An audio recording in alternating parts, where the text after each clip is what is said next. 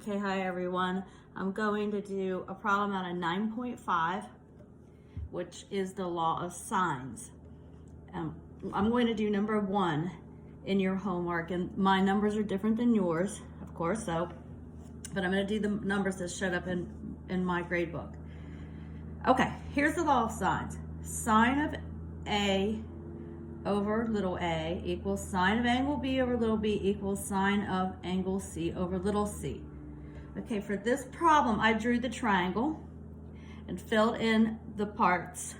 You can see I didn't draw it to scale, but angle A is 82.4 degrees in my problem, and little a, which is the opposite of angle A, is 10.8, and my little b was 9.8. So that's the given information.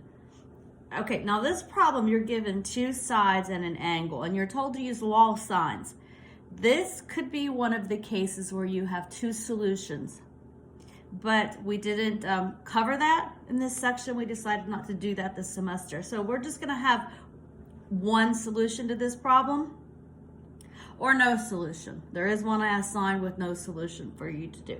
Okay, but let's get going here. So when you do the law of sines, look at the information that you're given and use that information that you're given. We've got angle A here, and we've got side A. All right, so we know we can use this part. And we are given side B. So here we've got this. So let's go ahead and just group this two together here and figure out what angle B is. Okay, now the first time I wrote it down when I was doing this a couple minutes ago, I wrote reciprocals, which is fine. Little b over sine B equal little a over sine A. You go either way, or sine A over little a equals sine B over little b. What you'd like to do, I think is easiest to do, is the unknown that you're looking for, put it in the numerator.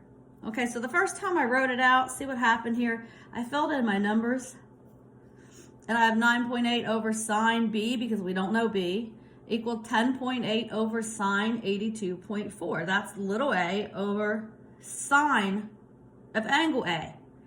Okay, we can do the problem this way, but it's a lot easier if you do the reciprocals of these, because then your unknown is in the numerator and it makes life easier for you on the calculator as well. So I went ahead and rewrote it this way. Sine angle B over little b equals sine angle A over little a. Okay, no need to write the C's here because we're not even dealing with the C's. We have no information about C's. Okay, let's fill it in. Sine angle B over 9.8, because that's your B here. Opposite of angle B is little b. And then you have sine of sine 82.4, that's sine angle A over little a, 10.8. So when you plug in your calculator here, let's just cross multiply.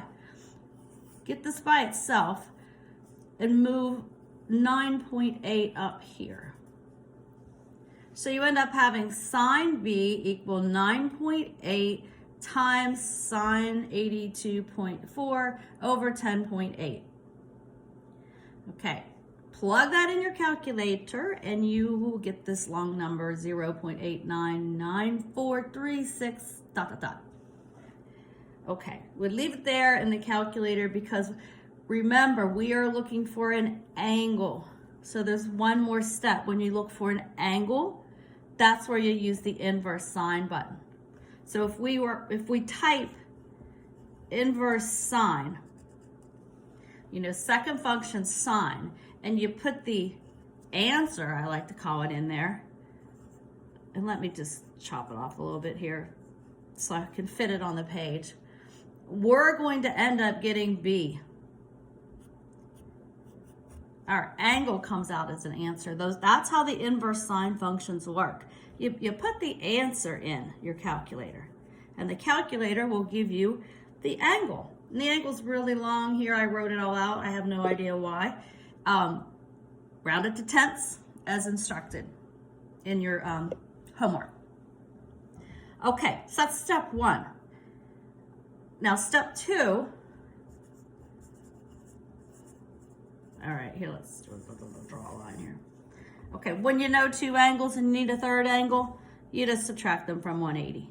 So step 2 will give us, we have 64.1, which we found to be B, and 82.4, which was given to us at A, given to us as A, I meant, and we get 33.5. I rounded it to the 10th place. That's C.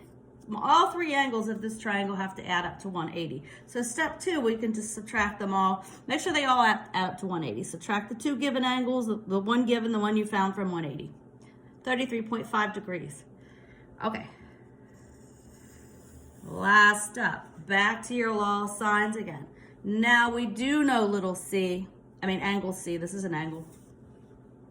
So let's use angle A. Let's use our A information. It's always best to use what's given to you in the beginning of the problem so that you don't have error. It reduces error.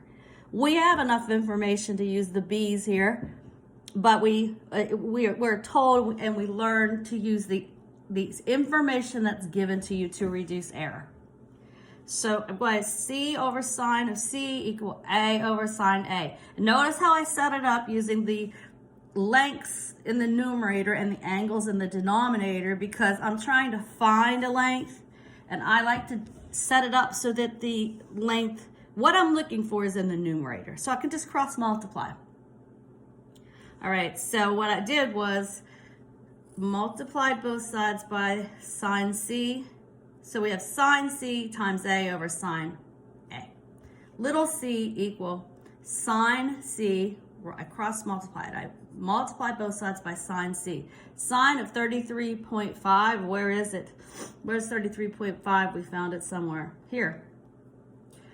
Times little a, which was given to us, divided by angle C, which is 82.4. Sorry, that's angle A. I'm sorry, sine A. Sine A, 82.4. Plug all that in, round it to tenths. It ends up being 6.01375, and we round that to tenths place, and we have 6 for our answer. And these are correct because I plugged them in and got it excellent. So there's number 1. And I'll post this on Blackboard for you, and send me any other questions you have for 9.5.